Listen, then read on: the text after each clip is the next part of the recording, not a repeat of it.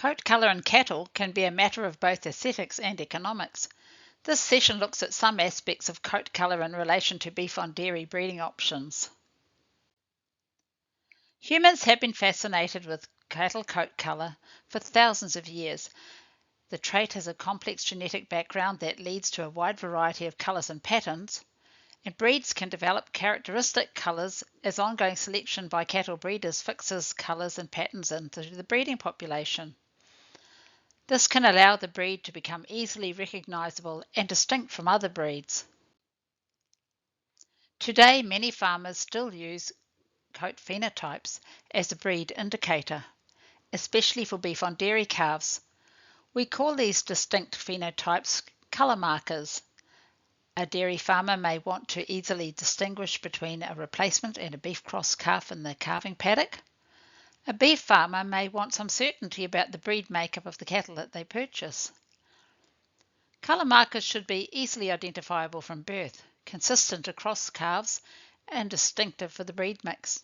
For example, the white face trait from Herefords and the dilution gene from Charolais.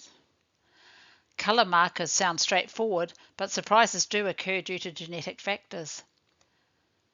These surprises could be due to the mix of genes in the individual, the presence of recessive genes, or even a novel mutation. We'll start by looking at some of the basics of coat colour genetics. Coat colour is caused by pigments laid down in the growing hair. These pigments are produced by cells called melanocytes, which migrate in the body of the developing embryo, becoming associated with hair follicles where they deposit pigment into the hair as it grows. Areas producing white hair have no functioning melanocytes associated with the follicle. The hair pigments is called melanin and occurs in two shades: eumelanin, which is black, and pheomelanin, which is red in colour. Coat colour is controlled genetically by many genes, but the basic colour is mostly controlled by the MC1R gene, which has 4 main variants. In descending order of dominance, these variants are dominant black, which results in a black or dark brown coat; black-red, where the individual will have a reddish coat at birth that turns black early in life; wild type, with a reddish brown to brownish black coat and darker extremities; and recessive red, giving a red coat colour. You can see from these pictures that a wide variety of colours and patterns exist in the population. That's because many other genes exert modifying effects on the basic coat colour. Today, we'll look at 2 groups of these modifying genes that are particularly useful for dairy farmers breeding for beef on dairy calves.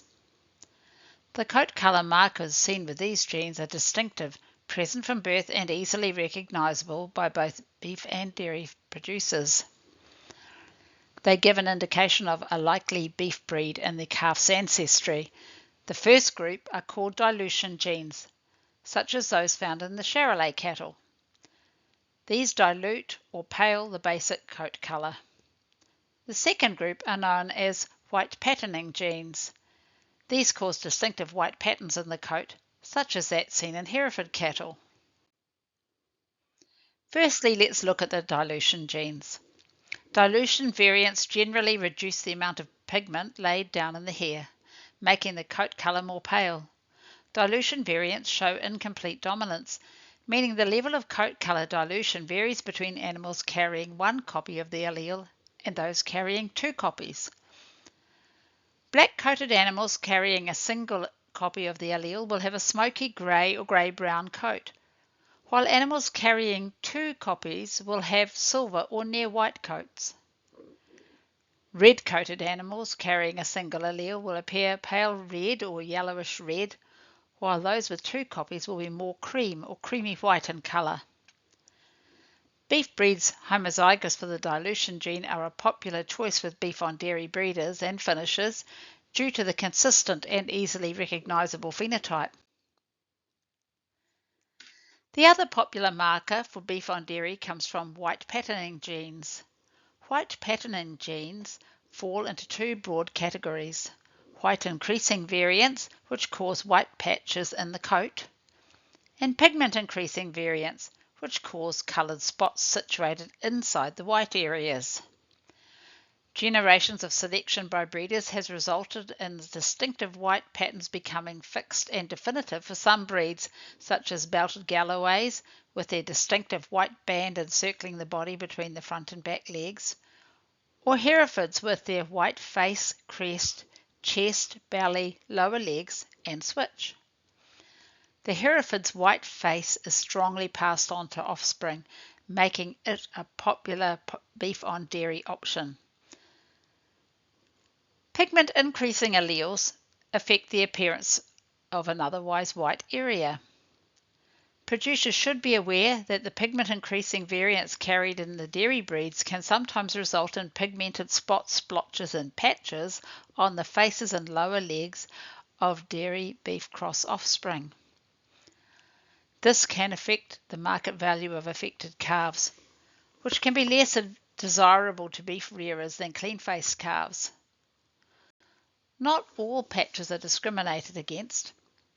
Eye patches, which occur in Hereford and Simmentals, are generally desirable for their health benefits associated with diseases like cancer eye.